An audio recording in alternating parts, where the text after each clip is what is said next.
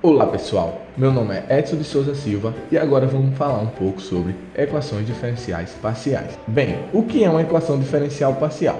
Uma equação diferencial parcial, também denotada por EDP, é uma equação que envolve uma função u de várias variáveis reais. A priori, essa função é desconhecida e também vai envolver as suas derivadas parciais em relação às duas variáveis. Veremos agora alguns exemplos de EDPs. Vale lembrar que os exemplos que a gente vamos ver é para uma função u de duas variáveis, tá? Uma função no R2. Um exemplo de EDP, como vocês podem ver, é este daqui. Veja que é e elevado a derivada primeira de u em relação a x mais a derivada primeira de u em relação a y. Isto é, esta equação é uma equação de primeira ordem. Outro exemplo de EDP, como vocês podem ver, está aqui, tal que envolve a primeira derivada de u em relação a t igual a uma constante ao quadrado vezes a segunda derivada de u em relação a x. E essa equação é denominada equação do calor. E esta equação é uma equação de segunda ordem. Outro exemplo é esta outra equação, tá? Outra equação bastante importante, onde envolve a segunda derivada de u em relação a t igual a uma constante ao quadrado vezes a segunda derivada de u em relação a x, também uma equação de segunda ordem. E essa equação é denominada equação da onda.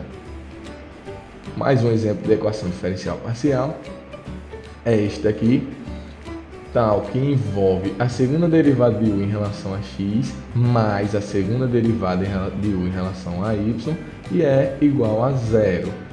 Equação denominada equação de Laplace e também é uma equação de segunda ordem. Ou seja, ficou muito claro que a ordem de um EDP é dada pela derivada parcial de maior ordem que ocorre na EDP. Um fato histórico muito importante é de onde vêm as equações diferenciais parciais. Elas surgiram no estudo do cálculo diferencial e integral lá no século XVII. A necessidade de modelagem de problemas em outras ciências nos trouxe as equações diferenciais parciais, principalmente na física, na biologia e na química. O que nos leva a pensar qual a importância das EDPs em nossas vidas. Como eu falei no slide anterior, a interação com outras ciências em inúmeras aplicações é a sua maior importância, pois elas descrevem vários fenômenos naturais que ocorrem a todo tempo em nossas vidas.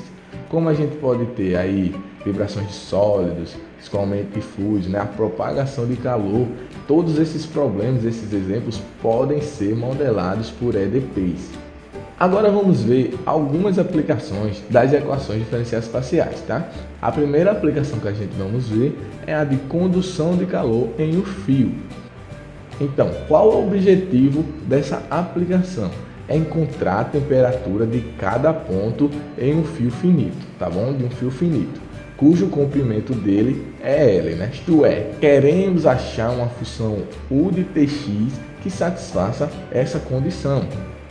E o que a gente conhece sobre esse problema, Assim, quais as condições necessárias para a gente modelar este problema?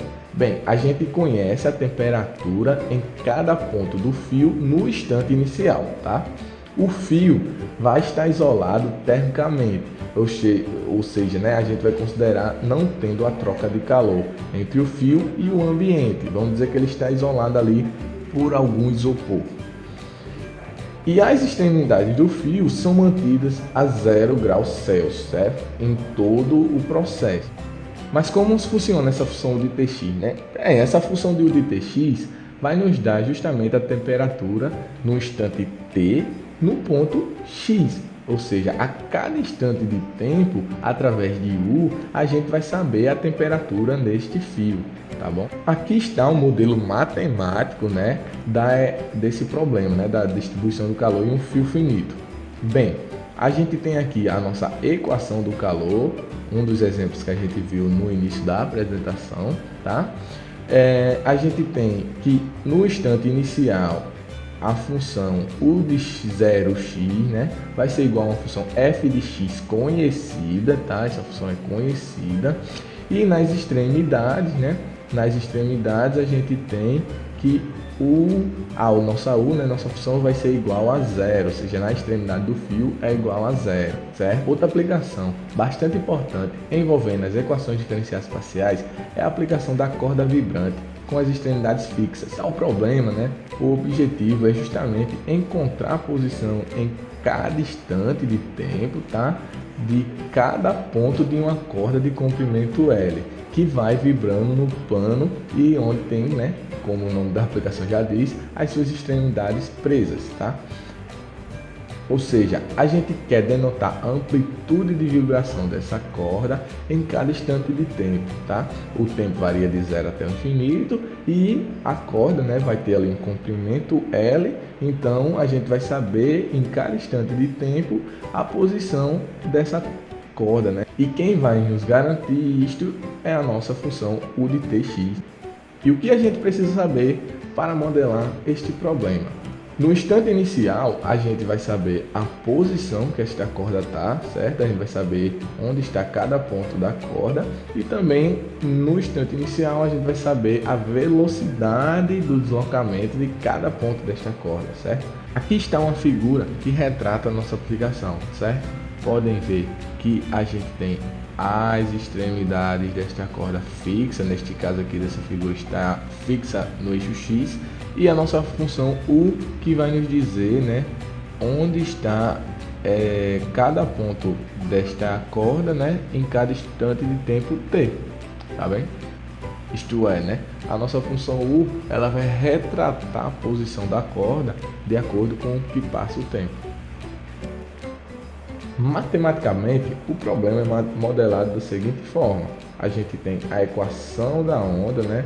A equação que a gente viu lá nos exemplos na primeira parte dessa apresentação.